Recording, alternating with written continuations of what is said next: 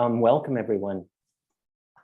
I'm Shep Steiner, Associate Professor of Contemporary Art and Theory at the University of Manitoba and editor of the journal Mosaic. I want to welcome you to the lecture series, Relative Time, Little Time, that the Dutch artist team, Vic van der Pol, developed in collaboration with our journal.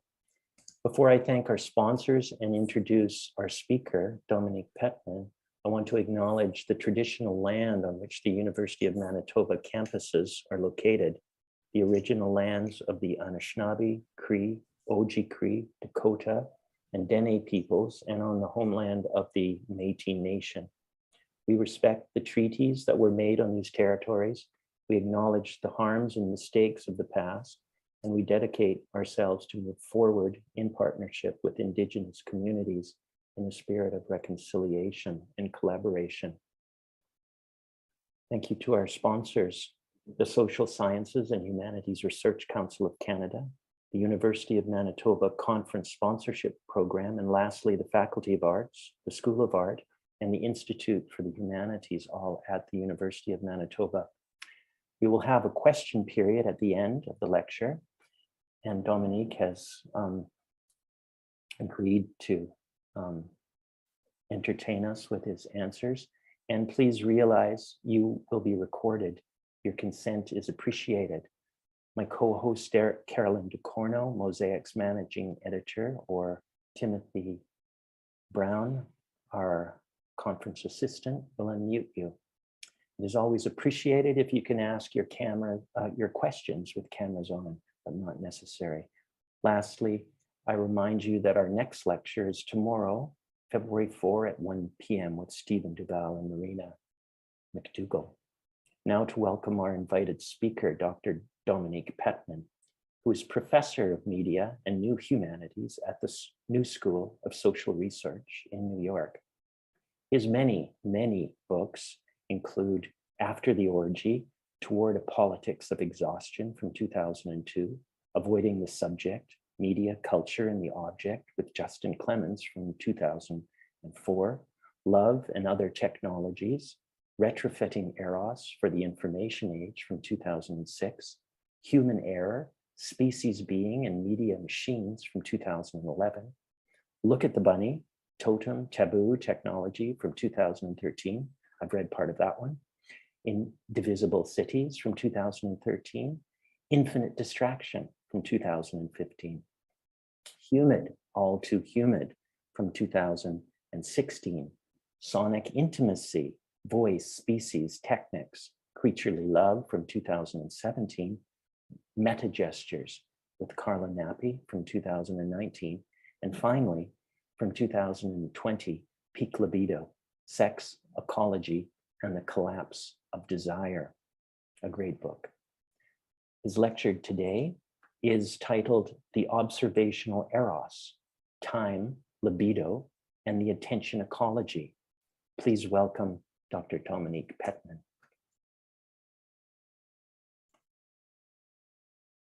I'm muted.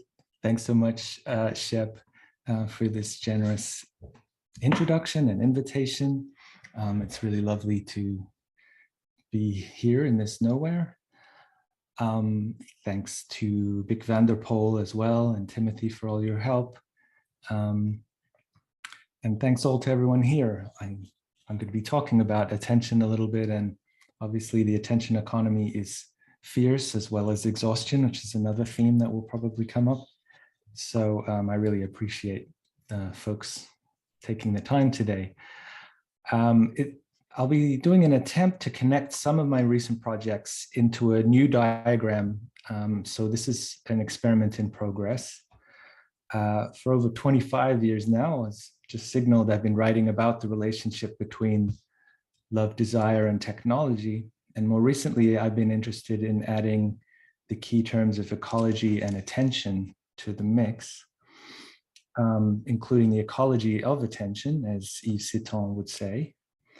So for the purposes of today's talk, however, I've also dropped in that ever effervescent key term time into the cocktail to see what happens, given that's the theme of the series. Part one, I will riff a little bit around peak libido, this concept I explore in my most recent book in relation to Jenny Odell's concept of observational eros. So if you are familiar with my book, apologies for if it's a few overfamiliar ideas mixed in here. But part two, I'll be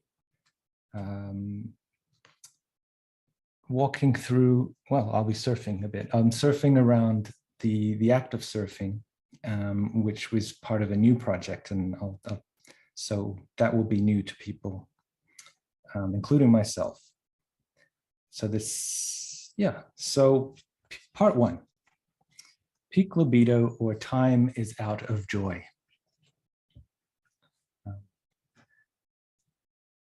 Love, and this is, I guess, apropos as we approach Valentine's Day.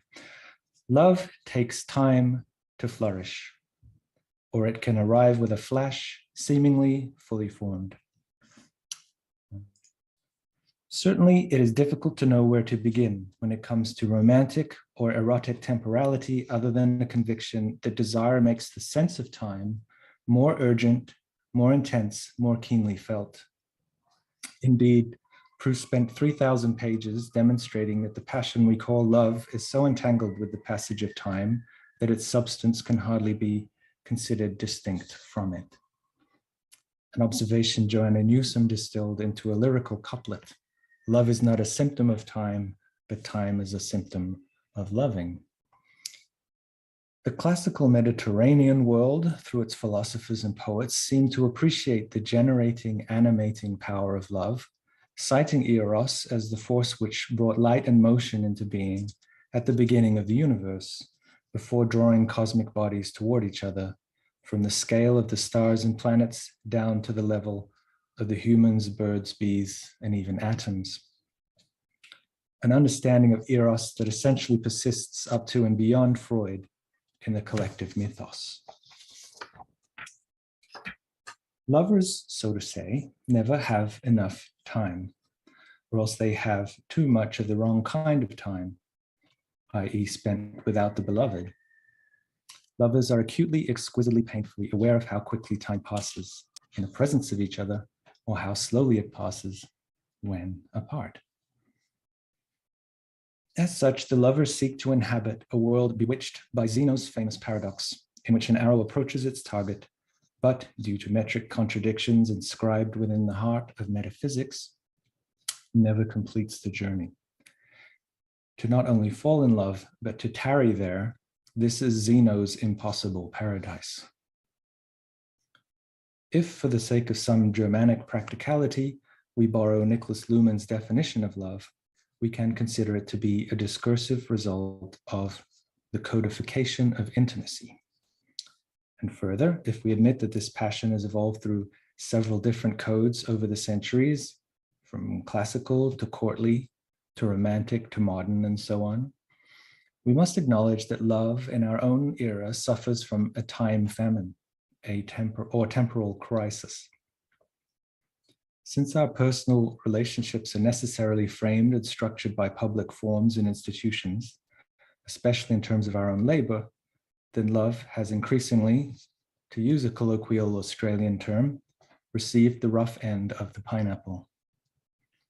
The population is increasingly divided into those with no time for themselves, working 2 or 3 jobs just to make ends meet, and those with too much time on their hands, thanks to either obscene wealth or, more commonly, due to un- or underemployment. The majority of my students, for instance, deny any sense of stigma in using dating apps, since they value the efficiency that such technology brings to their busy schedules. Like the rest of us, it seems, love is now obliged to submit to the almighty neoliberal god of convenience. Okay, Cupid, click here to accept the terms of use.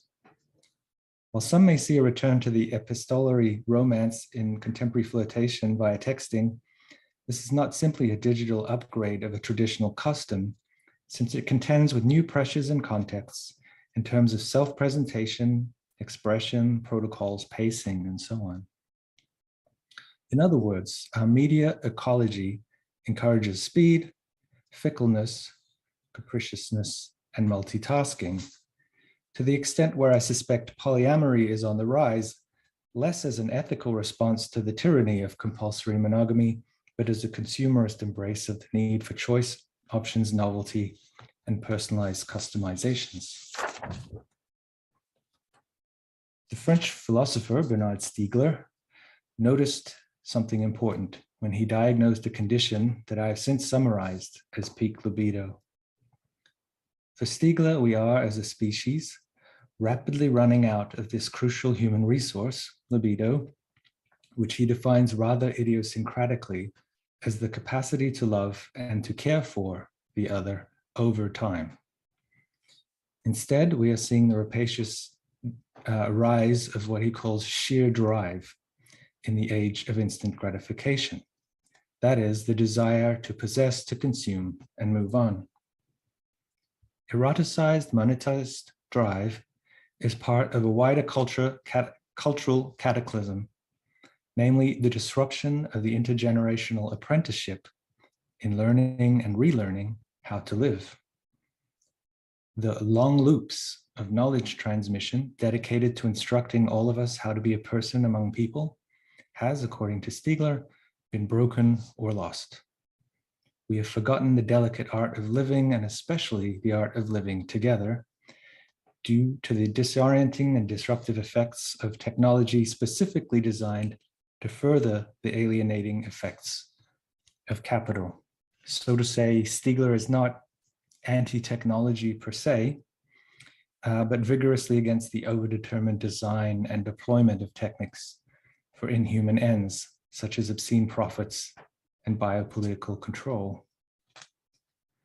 Thus, for example, we have forgotten the art of eating, just as we have forgotten the art of love. Instead, we shovel food into our mouths, porn into our eyes between Zoom meetings.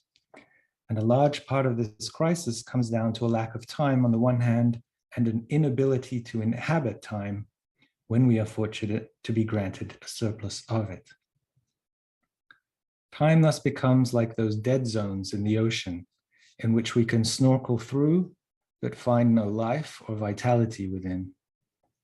Instead, we try to fill it with Netflix, Twitter, or TikTok, the latter being a perfect name for an app which performs the magic trick of making time disappear.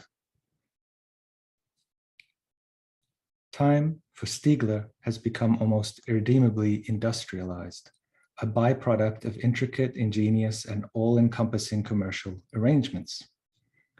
Where Frederick Winslow Taylor parceled time into measurable units for the purposes of enhanced scientific management of the workday, recent descendants of the same impulse have learned to colonize and canalize not only the public movements of the factory, but the physiological, cognitive, and emotional instincts and interfaces of our most intimate selves. Indeed, it may not be long before any distinction between time proper and time on device is moot. That is, if Silicon Valley has its way, and we are all auto-fitted with augmentation lenses to access the cloud or metaverse 24/7. As such, I fully expect a new Martin Heidegger to write a revised ontology, being and screen time. The first thing power does is install a rhythm, or so claims Roland Barthes. And over the centuries, power has learned to do this through the most exquisite, unconscious, and ambient techniques.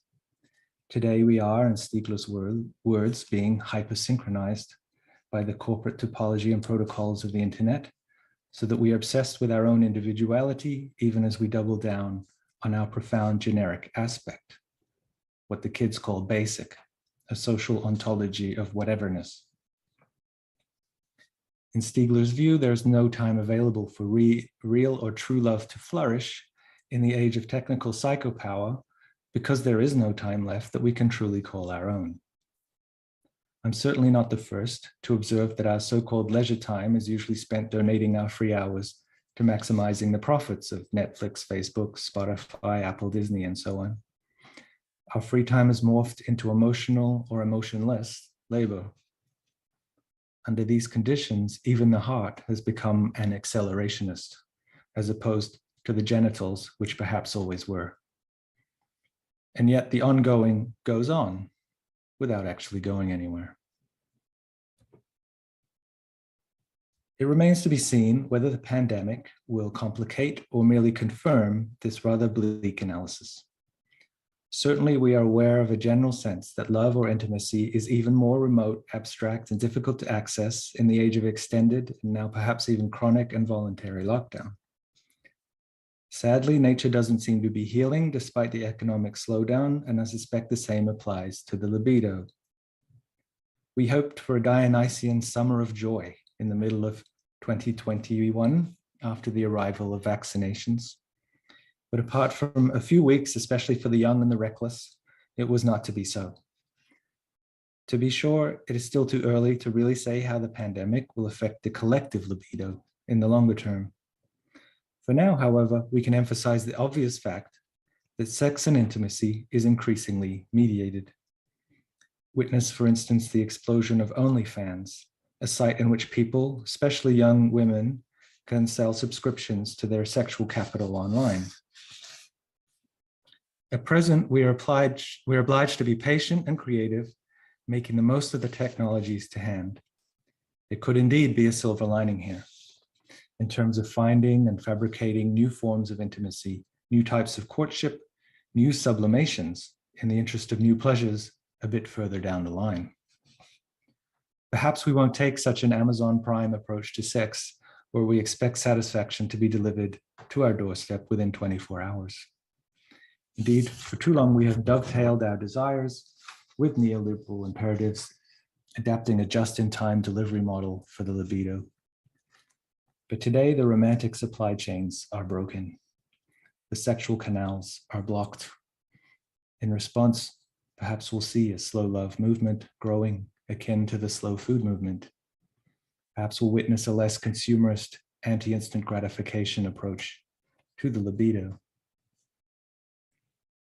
In any case, during the pandemic, unless we found ourselves lucky enough to be locked down with a partner in the negentropic phase of the relationship, then we were obliged to cultivate an erotics of suspension, either with someone elsewhere or simply with ourselves.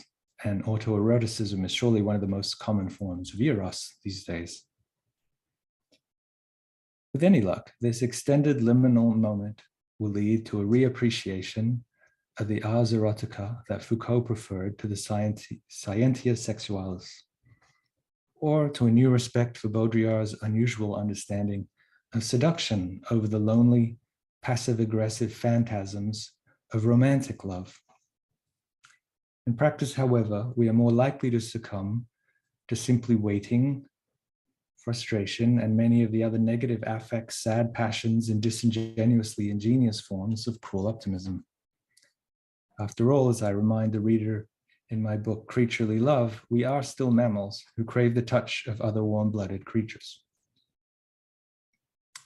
Some ethnographers of dating apps, including Anya Malinowska, there she is. Hi, Anya.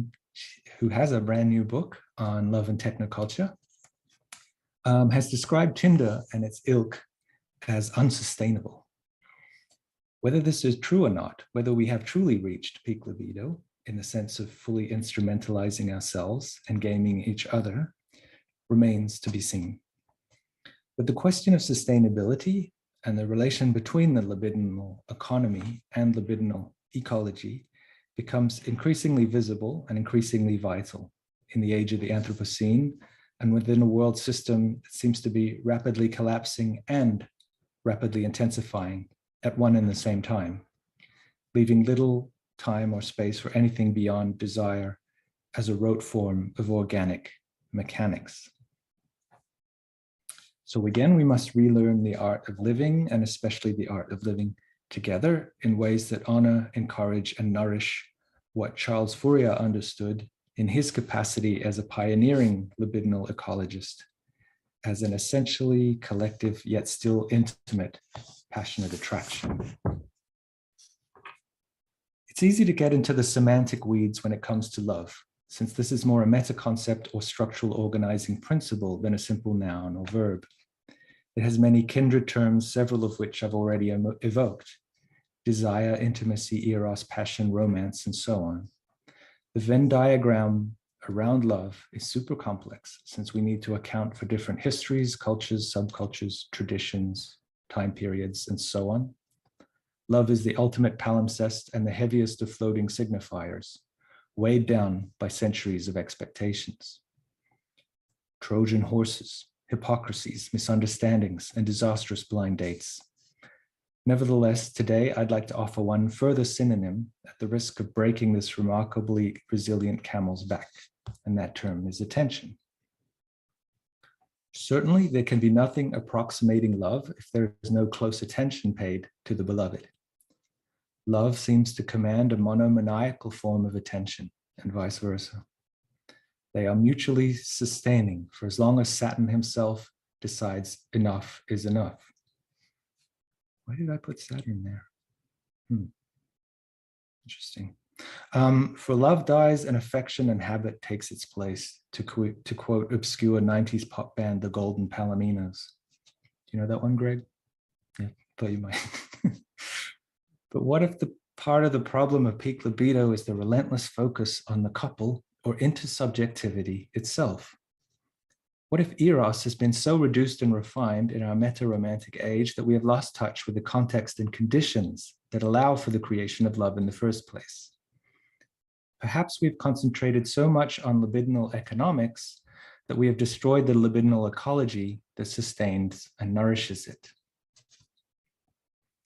In her popular and timely book, How to Do Nothing, Jenny Odell urges the reader to resist the attention economy. That is, she counsels opting out of the mobile mediascape that has turned us all into digital squirrels for a quieter, deeper, slower form of attention. A simple refusal motivates my argument, Odell writes. Refusal to believe that the present time and place and the people who are here with us are somehow not enough. Platforms such as Facebook and Instagram act like dams that capitalize on our natural interest in others and an ageless need for community, hijacking and frustrating our most innate desires and profiting from them. In other words, Odell is not really encouraging us to do nothing, since we already do too much of that, even as we scroll and click and post and like. Rather, she is reminding us that we would much prefer to do non-monetizable things like simply notice our surroundings, a radical act these days with nothing simple about it. Later in the book, Odell briefly introduces her notion of the observational eros, which she describes as a near paralyzing fascination with one subject of attention. Her first example is both literary and ecological, from Steinbeck's novella Cannery Row, where the narrator describes the patience and care involved in close observations of one's specimens. Quote, "When you collect marine animals, there are certain flatworms so delicate that they are almost impossible to capture whole, for they break and tatter under the touch. You must let them ooze and crawl out of their own will onto a knife blade, and then lift them gently into your bottle of seawater." Of course, observational eros need not be visual or empirical, but can and probably should involve different pathways and calibrations of our senses. It is not the cold, libidinal thrill of scientific witnessing, but closer to the warm and intimate haptics of Pauline Oliveros's deep listening, or the type of attention-holding architecture, another phrase of Odell's, that encourages sustained contemplation. Indeed, I'm not sure the phrase observational eros is quite right, even as it gestures towards something essential, since observation is so closely associated with the kind of neoliberal logics Odell is writing explicitly against: scientific, clinical, managerial, and so on.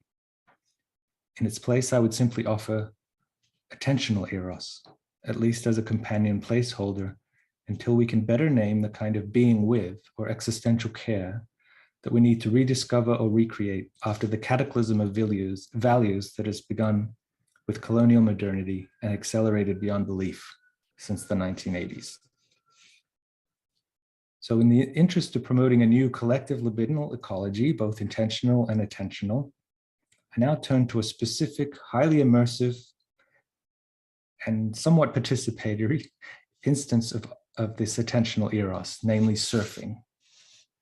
So this is part 2 now, where I'm going to preview. I just finished a manuscript simply called Paying Attention. It's the first book where I just cannot even think of a pun. It's very paying attention, because that's all it is really. 30 portraits. So I've written 30 little sketches about different ways of paying attention, according to the premise that you are how you pay attention and what you pay attention to. So there's examples like the parent, the doctor, the hypochondriac, the journalist, the tin pusher, the ball boy, and even the surveillance camera, the self-driving car, the virus, etc. So I thought I would go for the surfer today because maybe because it seems one of the most obviously ecological. So what I'm going to do is, you've looked at my mug long enough. So I'm going to share the screen and play you some blissful surfing images for those who are longing for summer. And I'll just be a voiceover now. And hopefully just listening and not looking at me will help with the whole attentional process.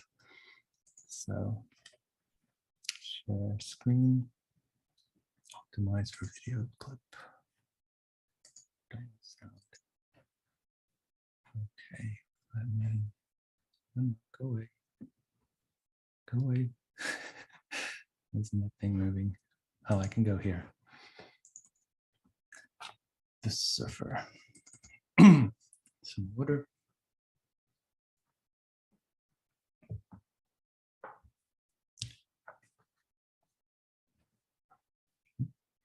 The surfer pays attention to the fluxing undulations of the ocean. In doing so, her attention is not taken up with a single object, the ocean, but the specific way, sometimes chaotic, sometimes highly patterned, in which this great element refracts into a series of approaching waves, each distinct from the last. At a glance from the sand, the experienced surfer can glean a good sense of the tide, current, swell, and overall mood of Neptune's playground. It is not until she is in the sea itself, however, that she is really immersed in the liquid grain of the water, which can change at any moment. The surfer instinctively understands Heraclitus's famous statement that one can never step into the same stream twice. In her case, however, she lives with this flowing truism, with the infinitely more complex dynamics of the sea. The surfer thus watches the surface, sometimes churning, other times as smooth as glass, with the intense focus of a child, forever hopeful that the mood of Mother Ocean will be in harmony with the serious business of the day, play. We might even go so far as to say that the surfer turns the sober act of land surveying into a sport by adapting every cell of her body, every fiber of her being, to the far more treacherous topography of water. Here she guides her beloved surfboard, at such times an extension of herself, to glide over the lay of the land. In this altogether more challenging element, in which any given angle or orientation lasts a split second, she is in a heightened state of awareness, anticipating the shapes and curves to come. The skateboarder, by contrast, in an unconscious homage to the arc of evolution, brings the board onto terra firma, adds some wheels, and then surfs the frozen waves of concrete and steel. Beyond the immediacy of the oncoming breakers, the surfer must also clock the overall environment, including the weather, especially any approaching storms that might whip up the tide, other surfers, especially any aggressive or inexperienced interlopers, and other potentially hazardous elements, such as submerged rocks or coral. The main motivation, however, for leaving the security of the shore and paddling out towards the surf is to taste that almost religious feeling when things go well. At such times, the surfer controls the wave like a rodeo champion, but at the same time, she suddenly feels completely at one with its curling, surging intensity. In the midst of the perfect ride, or even in a few seconds of an imperfect one, the surfer thus simultaneously dominates and melts into the infinite dissolving power of the ocean. It is a sensation at once clarifying and absolving, reinforcing and releasing, transcendent and deeply immanent. And it is one of the most addictive sensations one can experience. Hence those circulating tales of successful business people who, after getting a taste of the surfing life, give up everything to chase the perfect wave for the rest of their lives. The surfer is thus yet another one of these paradoxical figures of attention, both highly focused, only the wave really matters, and highly distracted, since 99% of her life is spent dealing with things that are, alas, not the perfect wave, and thus difficult to really commit to. For our purposes, the surfer can be contrasted with the tracker, who builds up a picture in her mind of recent events by paying careful attention to the indexical traces in the environment, those being actual impressions, marks or traces of previous entities or events, such as footprints in the snow or bullet holes in a wall. The tracker can therefore identify and reconstruct significant passages through the fourth dimension, i.e. time, and the way these specific strands or notable threads weave their way through the 3 dimensions of space. For instance, a tracker might say, a wombat came through this part of the bush this morning since these droppings are cube-shaped and not yet dry. The surfer, however, is not concerned with anything but the present moment. Even the previous wave that passed by a matter of seconds ago is expunged swiftly from consciousness as she scans the horizon for gathering signs of the next one. The tracker, like the detective, can reconstruct the past in order to make decisions or judgments in the present, mindful of tomorrow. The surfer, by contrast, is suspended in the here and now, as the vectors of undulating actuality lift her up into the rolling foam of the immediate future. Like a melody, the attention of the surfer is involved in Henri Bergson's key notion of durée, a term coined to describe that philosopher's belief that time flows organically and smoothly from one state to the other, rather than stochastically passing an invisible baton between a temporally distinct past, present, then future. Time for the surfer washes around her body, rippling outwards. It does not pass by in linear fashion, or if it does, the linearity is itself tubular. The only time the present is rather violently ruptured from the future is when the surfer is unceremoniously dumped deep beneath the churning surface. Then her whole being goes into emergency mode, concentrated on the task of holding her breath for as long as it takes to resurface safely. The exhilaration of sparring with such a formidable opponent means that the surfer is surfing as much on adrenaline as salt water.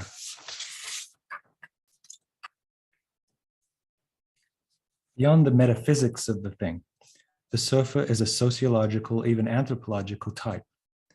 She tends to represent a certain subculture, aesthetic, or lifestyle. The beach bum, the hippie, the dude or dudette. As such, she tends to favor the organic, the countercultural, the THC infused, and the patchouli scented. Or at least that's the popular stereotype. Her hair is dreadlocked from the salt, her clothes utilitarian and unpretentious, and her feet prefer to be unshod. When not actively surfing, she is waxing her board, talking to other surfers about undiscovered beaches, and thinking about how she can continue to tweak her life to maximize the chance of finding the perfect wave. Her attention ecology is thus an idealized alternative to the daily grind, a utopian option to opt out of the rat race. We are all at some point dream of dropping out and trying our luck with the oceanic gods, perhaps unconsciously inspired by watching Gidget movies or the Teenage Mutant Ninja Turtles. The surfer is the very embodiment of the optimist, since no matter how crappy the conditions, the perfect wave still beckons elsewhere or elsewhen, and she will do almost anything to keep chasing it. Surfing is thus a wholesome form of addiction, with no harmful side effects to really speak of, except minor rashes, ear infections, sunburn, and the very occasional shark bite. The surfer comes closer to most to being in harmony with the elements in their natural frequencies. And when she closes her eyes at night, she can still see and feel the swell continuing to approach her, lifting her up and laying her down. Perhaps even her own somatic cycle is synchronized with the phases of the moon, which in turn directly affect the size and rhythm of the tides.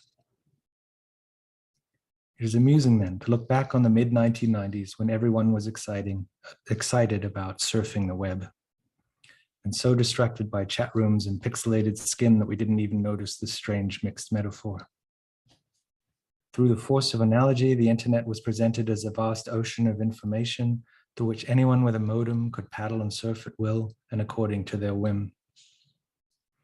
Indeed, one of the first internet browsers was called Netscape Navigator and branded itself with the logo of a ship's wheel. And while it's true that the first few years of being online could provide moments of serotonin or even adrenaline via the futuristic novelty of communicating with people in real time on the other side of the world, this type of surfing would, over time, deliver diminishing returns and lose its aquatic associations altogether. Still suggestive, however, is the fact that these two types of surfing are strongly connected in the popular mind with the idea of the California dream, where a successful Silicon Valley CEO can take a meeting barefoot on his Instagrammable veranda and then surf the waves in his state-of-the-art wetsuit before driving to his sports car to a business lunch in Santa Cruz. As Don DeLillo put it so well, Californians invented the idea of lifestyle, and this alone warrants their doom. Excuse me. The enduring appeal of surfing itself, or the figure of the surfer in popular culture, has its roots in the aforementioned quasi-religious aspect of the practice. Surfing is alluring precisely because it does not leave anything in its wake. It does not produce anything, other than euphoria on a good day or the determination to do better next time when the elements conspire against her. In his attempt to describe the indescribable, Immanuel Kant resorted to the experience one might have when facing a giant looming mountain in the Alps. The sublime, he argued, refuses to be put into words. We can only feel it in our own impotent insignificance. We can only point to it off stage, as it were, or point to the extraordinary things, usually natural or artistic, that evoke a sense of the sublime in us, while not exactly embodying it. For the sublime sublimates itself as we try to approach or grab hold. It evaporates into the unaccountable ether of the numinous. One wonders what Kant would have made of surfing had such a pastime been invented in his time. After all, the surfer's attention is uniquely concerned with getting as close as she can to the sublime. Indeed, she is granted a special proximity to it by virtue of her renunciation of the desire to grasp it, to clutch it close. Rather, she is content to simply ride along with it for the fleeting duration of a wave, vibing with its primal momentum as it dances toward the shore, gliding on the cusp of collapse and dissolution. To see those enormous waves off the coast of Hawaii as a tropical storm approaches, to watch the surfer ride that fine line between living life to the fullest and surrendering to the death drive, is to feel an inkling of the lurching vertigo of the sublime. To stand on the shore and witness these foolish, courageous souls is to stand, like Kant, in front of a monstrous mountain. On this occasion, however, the mountain is now unaccountably rushing toward us. To be the surfer herself, however, riding the giant cliff face of crystal, is to pay profound attention to every micro moment that separates ecstasy and agony. And yet she's so imbricated in the moment that the experience feels less like a triumph or accomplishment than an absolute release or letting go, mentally, spiritually, even as every muscle tenses in the white knuckle struggle against catastrophe. When she finally finds and rides the perfect wave, the surfer is no longer registering the world in the quotidian currency of attention. For she is, for those few eternal seconds, of a piece and at peace with the world itself. So deeply and fully present that there is no longer any distance, no more space of reflection from which to measure the quality or span of attention at all. Boom. Boom. Okay. So I guess that's that. Thanks. Thank you, Dominique. Wonderful. Beautiful, intimate, bleak, humorous, and warm. Thank you. Wow. I kind of realized that my penchant for watching surfing clips on Red Bull TV doesn't do it for me, but when you slow down those images, the body really feels the wave and the ecology far more that you were talking about. I hope so, yeah. Dominique has agreed to answer some questions. So if you could indicate to Carolyn or Timothy, they will unmute you and please, questions. Thank you again, Dominique.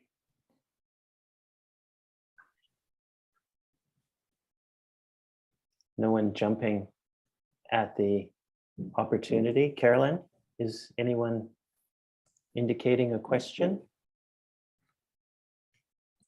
Not to me so far. I also take objections and suggestions.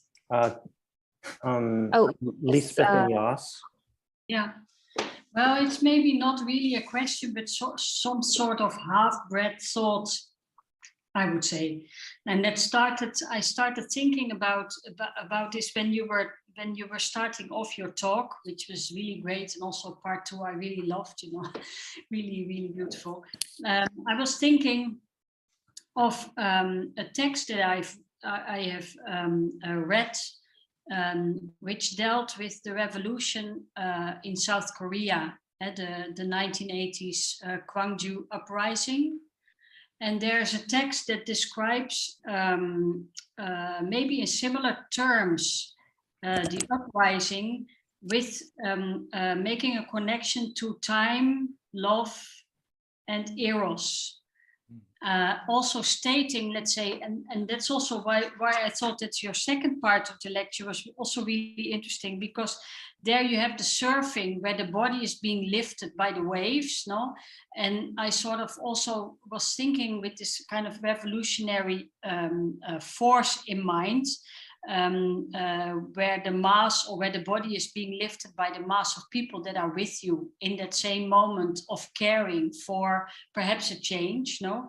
And what I really thought about this kind of similarities is the temporarity of this movement. We cannot forever be in a revolution. We can also not forever be in the wave. No, there's this kind of ups and downs, literally. No, we have to let go and then grab ourselves again. And then I was thinking with regards to what you mentioned at some point, the industrialization of time to make time and love, therefore, also more and more efficient. My question would perhaps be, in a time like this, and I'm also thinking of Sikoti Park, in a time like this, would a revolution that is really, let's say, lifting the crowd still be possible? And I'm not thinking of the truck drivers in Ottawa. Wow, there's so lots of elements there. Thank you. I mean, there is a certain shorthand for Eros, which could be seen as political potential of belonging or togetherness, more than the self. And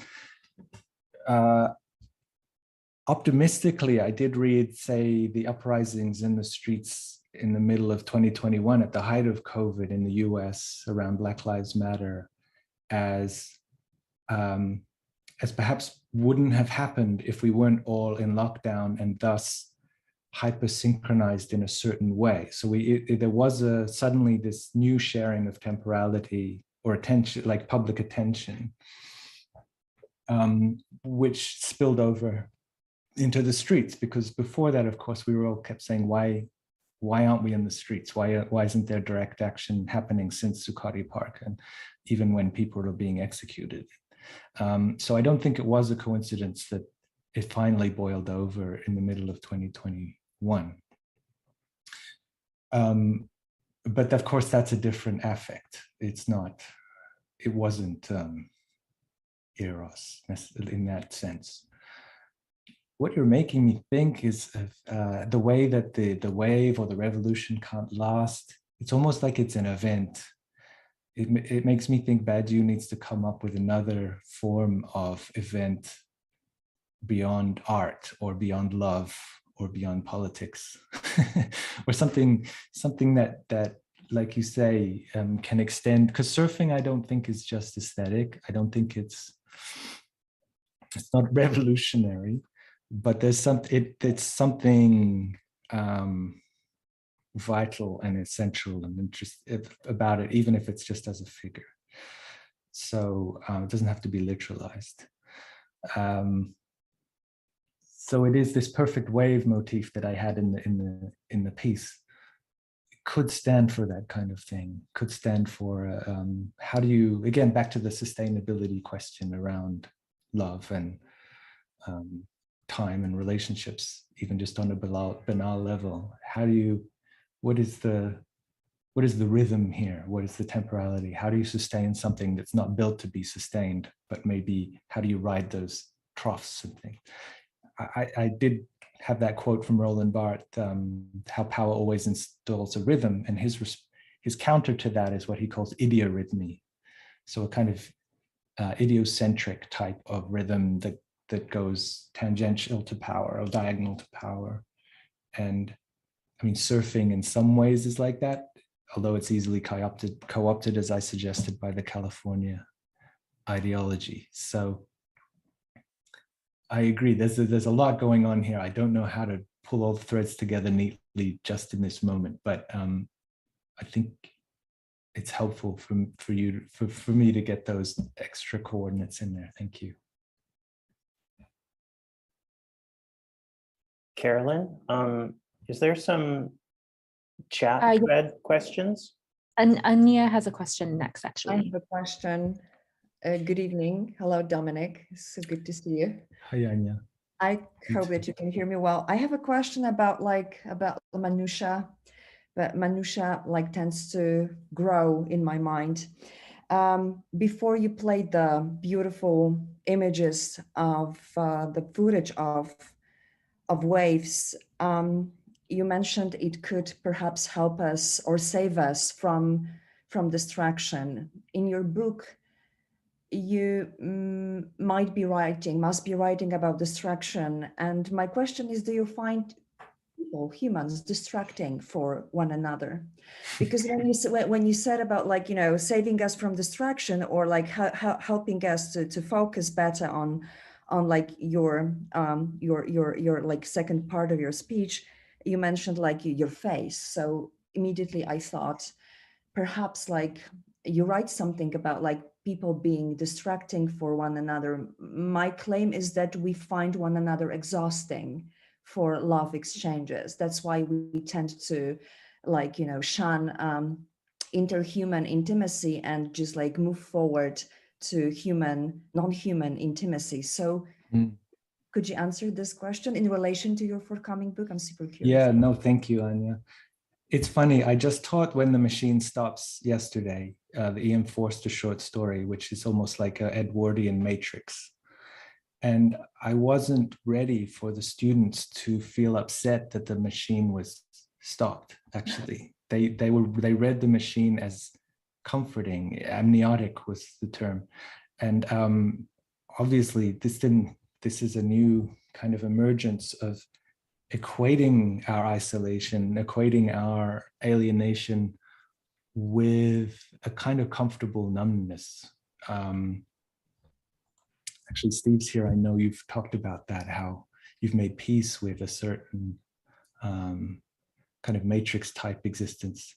Might want to chime in. But so it's hard because you don't want to be normative and moralistic about, oh, you're just at home, you don't have enough social commerce, and that's just bad to core, because obviously there's such a thing as too much attention. Anyone who's had a stalker is like, there's such a thing as too much attention. So it's not attention good, distraction bad, which is part of the infinite distraction argument.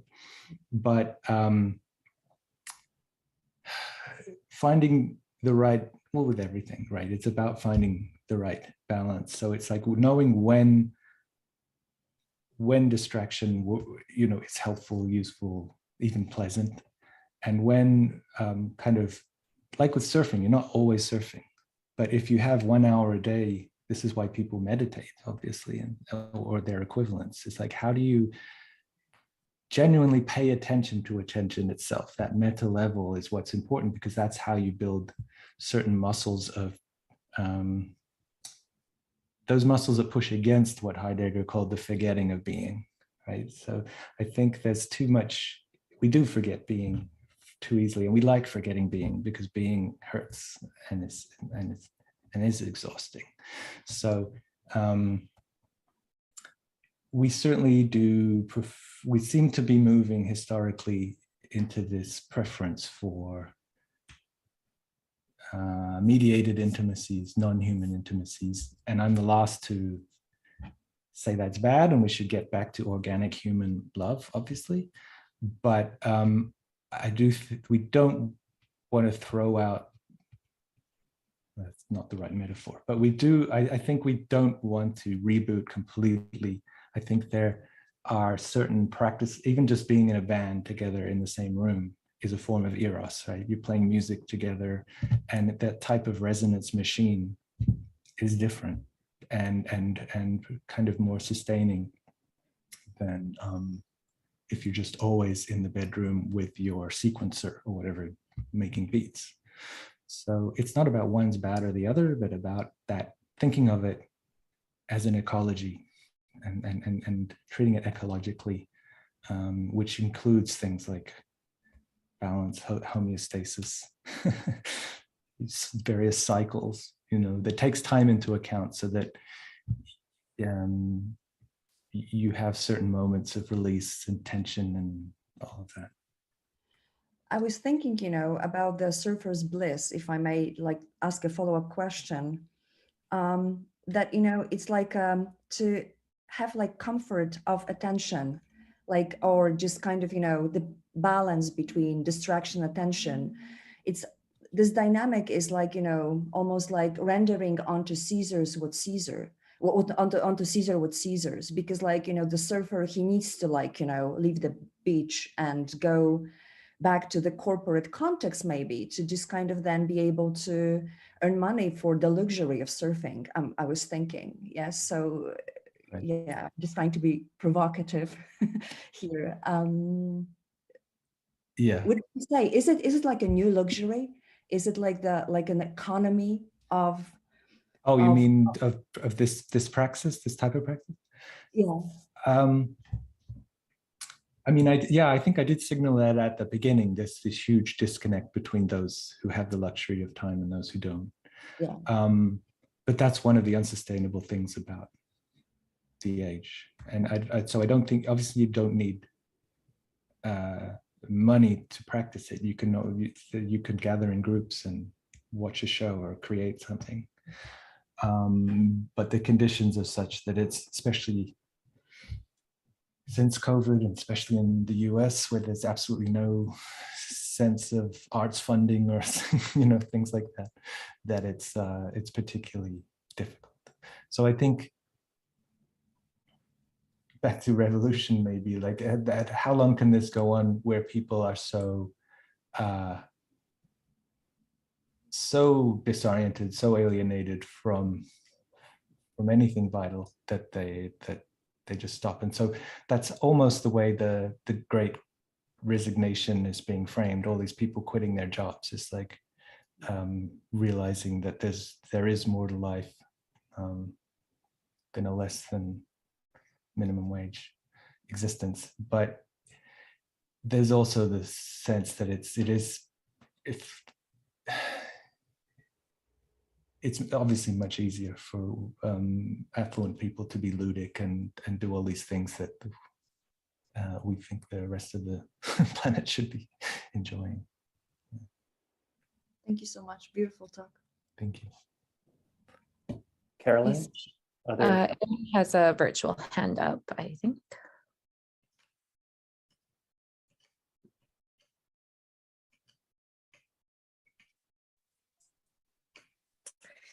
Thank you, Dominic. That was so beautiful. Thank you. You gave us a really interesting challenge when you suggested that maybe attention was not the term that you weren't sure what kind of language would frame this work. And I was thinking when you were speaking about the difference between a kind of focal attention and a kind of, you could say, I don't know, I don't want to say distributed because it has history, but I'm thinking of an attention that is not focal. And I think in the surfer example, that wouldn't, at least it would carry between those two modes of attention. You have a kind of peripheral attention that is very alive, and then you have a focal attention as well that has to do with maintaining your direction or whatever. And the reason I'm thinking about that is that as somebody who's been always very concerned and engaged with neurodiversity, focal attention is not the most typical form of attention in my surrounds. And I've heard, and I guess what I'm wanting to think or to hear from you is, in your examples, did you find that you were that the term attention was a struggle? And I guess the reason I'm asking is that a lot of the folks that I work with have been accused their whole life of having a troubled mode of attention, of not living up to attention in the proper ways, of attending wrong, of being attuned to the wrong things, and so on. So anyway, I was just curious how that played out in your work. Lovely. Yes, thanks, Erin. Yes, it's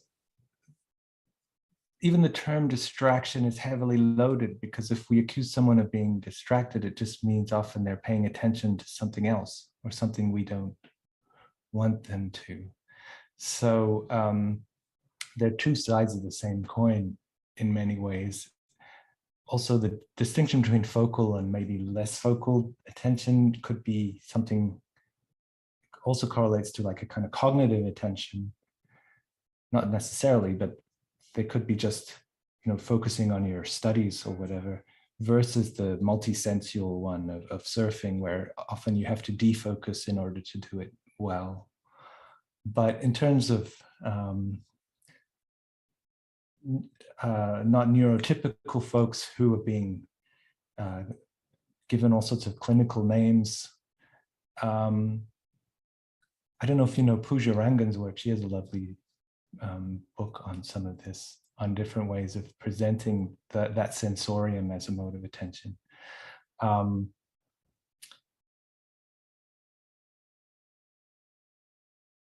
It's phenomenal. It comes down to phenomenology again, in a way.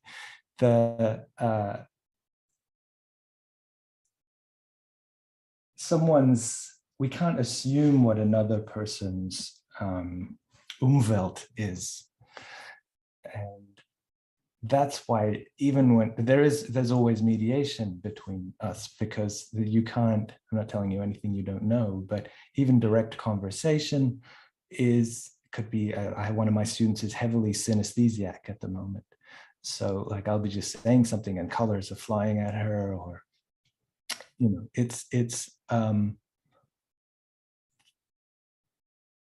the sensorium there's so many filters of experience, and then the attempt to narrate that experience for another.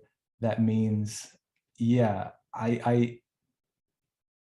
any form of, it's like a game of telephone, any form of sharing, being with. So the being with, and that's what makes it interesting, because if we all were just a Borg and hooked up to the same nervous system, there'd be no art, there'd be no conversation, there'd be no agreement or disagreement.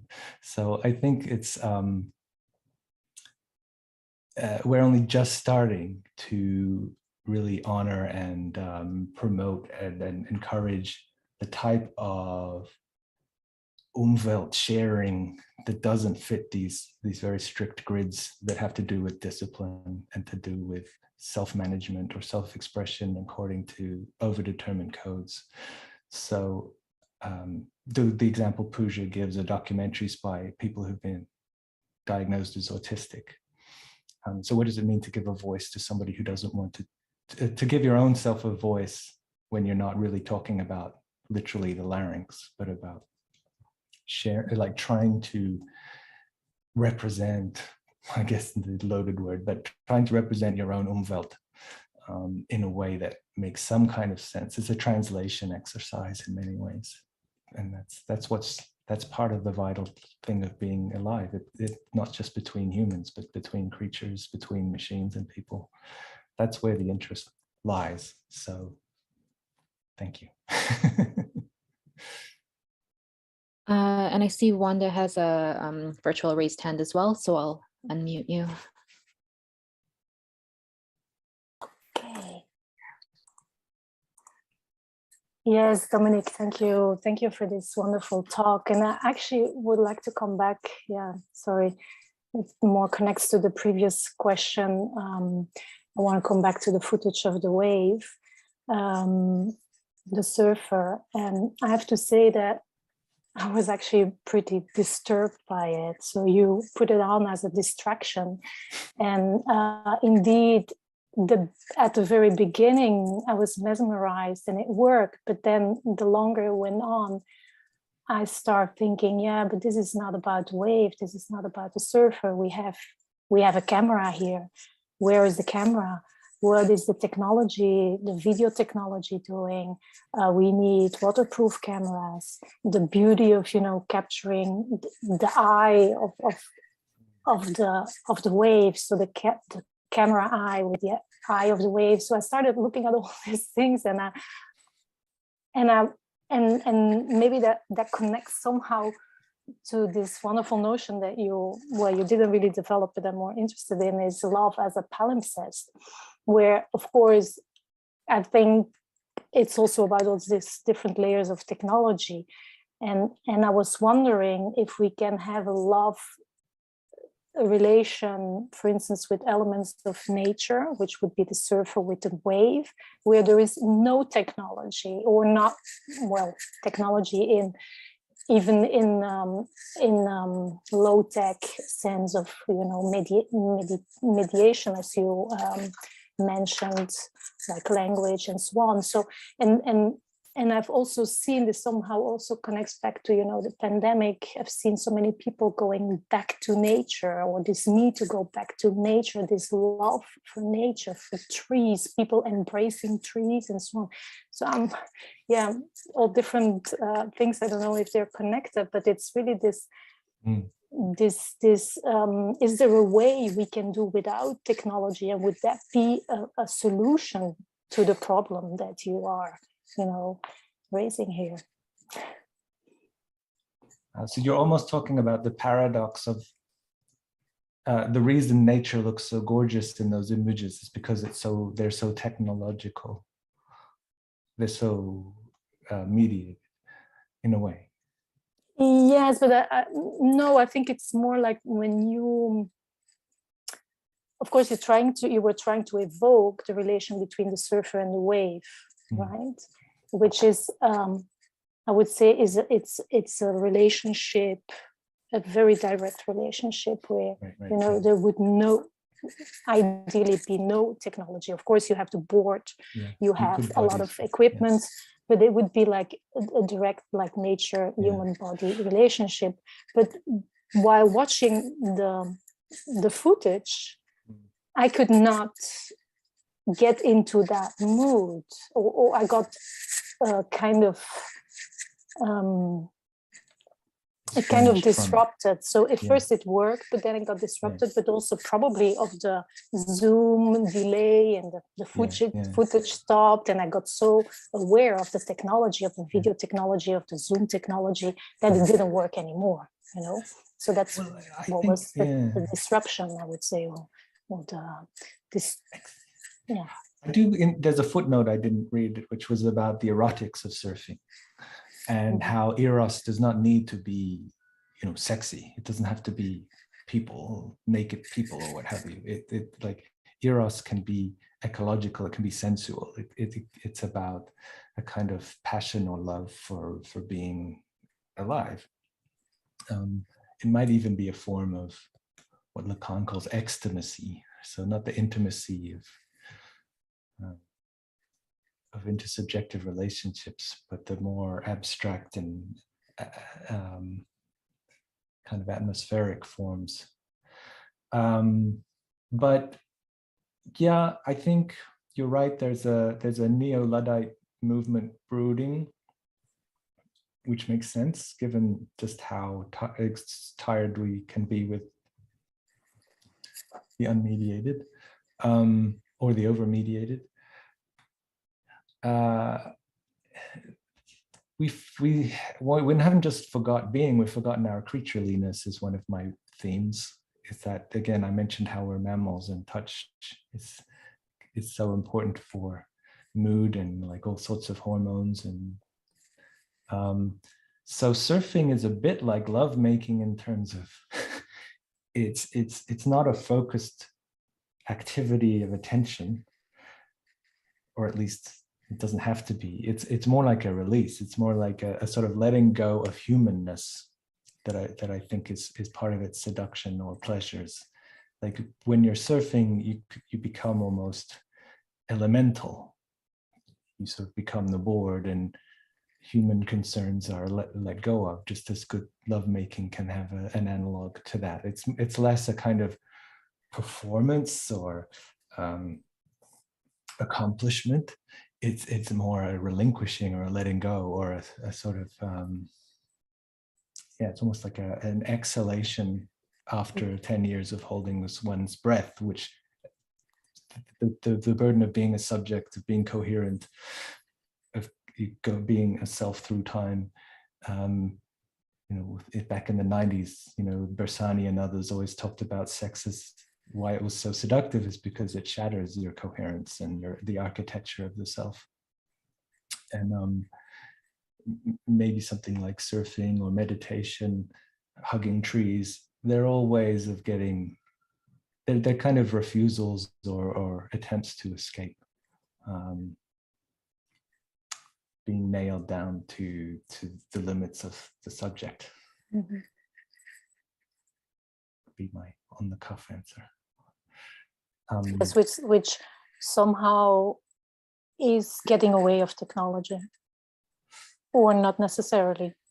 Not necessarily. No, I don't. No. I think, you know, some of the like musical instruments, and there are other ways to use technology to bring these states into being. Drugs, you know, it's not an anti-technology thing, but it's an anti. Maybe it's an anti. No, I don't want to even go there. But it's about looking at all the elements and making sort of holistic decisions about the ecology of the experience. Like who's being included, why, who's not, why, how, all those kind of questions.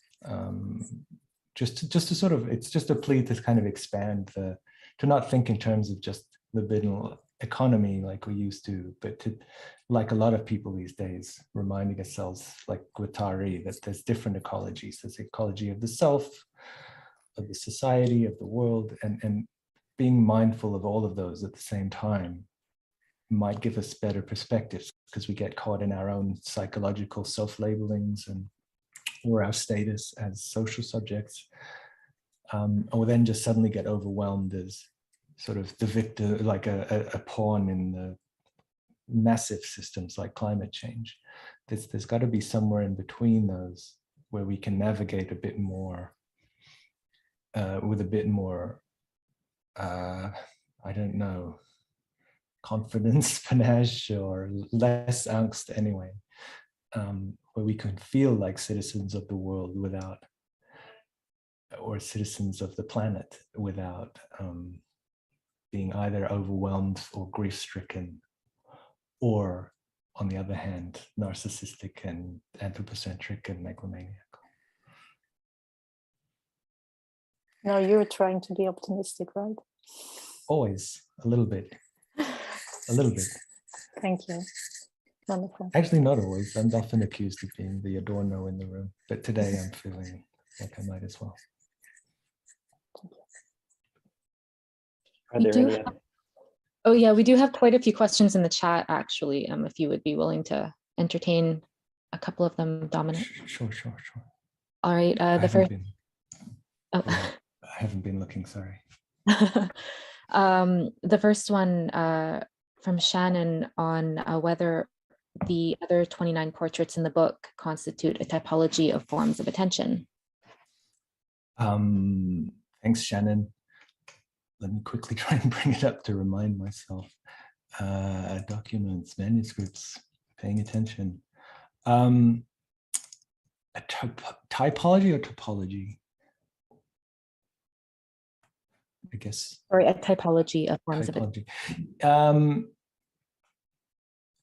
It is, I mean, they're figures that I felt crystallized or embodied particularly, I don't know, revealing or suggestive or typical types of attention, almost allegorical. So I've got here, yes, the parent, the doctor, the hypochondriac, the detective, and the lovers, and they're also designed to be talking to each other. So often, like a jealous lover can suddenly act much more like a detective than a generous lover, for instance. So it's an attempt to show, again, it's a very complex Venn diagram where a fan is also a lover, is also a detective. To what extent is a gourmand also a student or a voyeur? So they're a bit like chess pieces in that they represent a certain type of attention, but it's also, again, this attempt to see it ecologically as one day, even a doctor can be a hypochondriac, right? So it's not about these are certain, like people are completely saturated by their single lens, but that you could be a factory worker and an influencer in your spare time. So the typology is somewhat contingent, just examples I thought would be the most fun to explore. Like, I don't know anything about being a tin pusher, for instance, like the helping land airplanes. But to me, I chose that because it's the most focused you can be, right? Your brain really is, talk about focal attention. You're landing planes at JFK every few seconds. Versus, say, the masseur, where it's much more sensual and you're paying attention to someone else's body almost like a human map, and you find out where their traumas are by feel, or their you can almost make a portrait of somebody's life just by giving them a massage. So that was the idea behind it. It was inspired partly by a book that's inspired me before, Flusser's Gestures, where he goes through a list of a typology of gestures. So this is the same spirit is in this book. So interestingly, it's been harder to place because it's a bit more playful, I suppose, and not, it's sort of neither fish nor fowl. It's not academic, but it's also not just purely literary. So it's going to be interesting to see where it ends up, because it's, people still like these clear categories, no matter the, especially when it comes to selling books.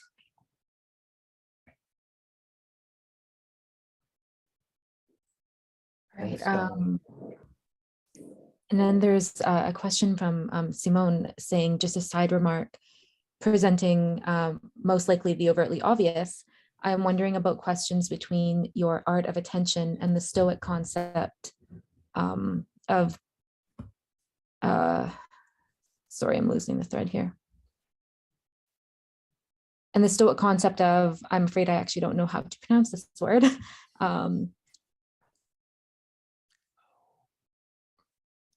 Prosauch and Hedos, and subsequently, for instance, Adam Roberts, the side view interest in ascesis as the art of directing your attention and perception.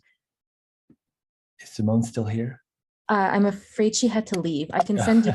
Yeah, I can send because you. I was going to say I might need some help in contextualizing that, because I'm blinded by science there. I'm not as familiar with those, with that. Yeah, perhaps I can have a follow-up with Simone through email or something. Great. Maybe I could interject. I think it's from Oliver Botar. Could you distinguish between mediated attention and unmediated attention? Is it a different type of attention?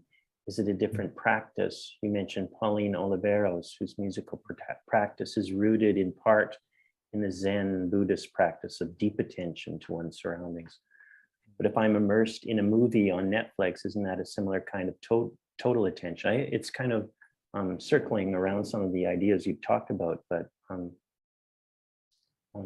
unmediated, mediated. Yeah, again, I'm not just saying mediated bad, unmediated good. Absolutely not. And yes, you could be you could be watching a pretty mediocre sunset from in somewhere in the middle of nowhere, and wouldn't be nearly as impressive as an IMAX experience about the cosmos. So, but I think there are, I mean, it's just, I just think it's important to register the degrees of and the levels of. There's a group that I talk about in the introduction to my, actually it's how Shep and I first met, the birds. The Order of the Third Bird are a global group committed to sustaining collective acts of attention in person. This is, and they've been trying to replicate it through Zoom since COVID, but it's just a different quality of, it's different if you're all in a room together paying attention to the same object without speaking, which is one of their practices. That's a different experience to everyone being on Zoom looking at the same photo, obviously. So it's more about paying attention to the affordances of any occasion or environment, and what they allow and what they don't, and what they foreclose and what they encourage, than making good, bad judgments. It's about, again, I mean, I'm sure if I became an actual surfer, I would crave, Netflix or something. I would crave recorded music and mediated pleasures. So it's some would probably just love living the authentic life of a nomad monad out in nature. But that's the whole point of the Anthropocene, right? Is that nature is. I agree with Timothy Morton to the extent that we should be talking more in terms of ecology than nature these days, given how much you can go to the bottom of the ocean and find plastics and everything. So it's not either or, obviously, these days. But and as we were also suggesting, you could be still even in the same room with someone. It doesn't mean it's not mediated by social conventions and protocols and assumptions and brain wiring and chemicals and moods. And so everything is always mediated when it comes to humans, especially because we're so neurotic and have so many grids of perception that we've both been born with and learn later. So I think it's more a how than a why question for me. Thanks, Dominic. I guess kind of it's of an at least equal status or value in this sense. I think I learned that from you. I might even not be so irritated when my daughter has her Instagram on because there must be some kind of attentional positivity in that, in spite of the corporate interests and it's like maybe, right? What do you think? Or is that going too far? Well, I do. I mean, I'm sympathetic with the critiques of, especially, Silicon Valley, because they've weaponized attention and they're so good at making it addictive that's why I think we need these other forms. It's not to say unmediated, but like taking a bit more control over, because, the like button and the notification buttons, they figured it out neurologically what triggers us and things. So it's a pretty deep, sophisticated hijacking of our minds. So I do think that we need to unprogram that quite a bit. Even just the scrolling, the genius of the scroll, the haptics of it is too seductive. I do think that. So it's not like I'm taking out any critique, but I find it myself, I make a living critiquing social media. I spend 10 hours a day on social media. So I don't know. It's, what can I say?